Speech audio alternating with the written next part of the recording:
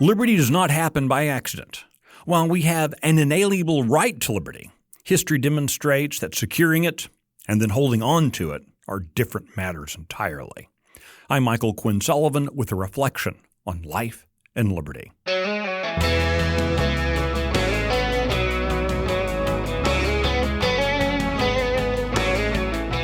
It would be nice to think liberty is the norm and tyranny is the exception.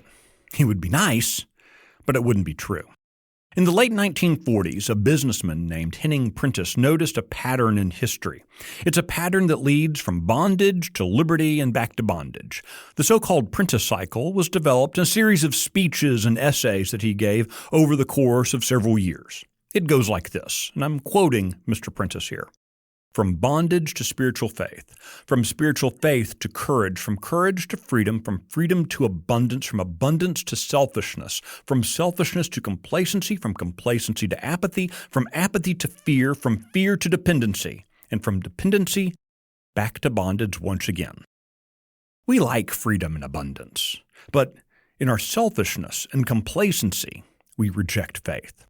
We convince ourselves we have nothing to fear from the tyrant we shackle ourselves to under the promise of his protection. Anyone courageous enough to speak out is mocked and attacked. Where are we today?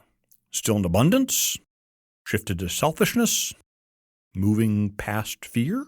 If we're to reclaim and retain liberty, we must renew our faith and shore up our courage.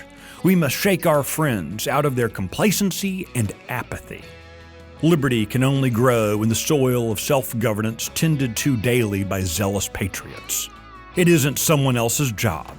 It's my job and your job. It's a job for which we must actively train up our children. The cause of liberty never ends.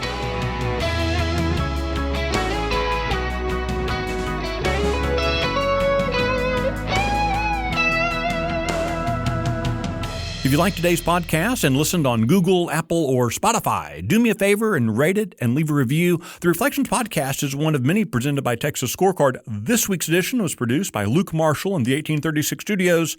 I'm Michael Quinn Sullivan. Thanks for listening.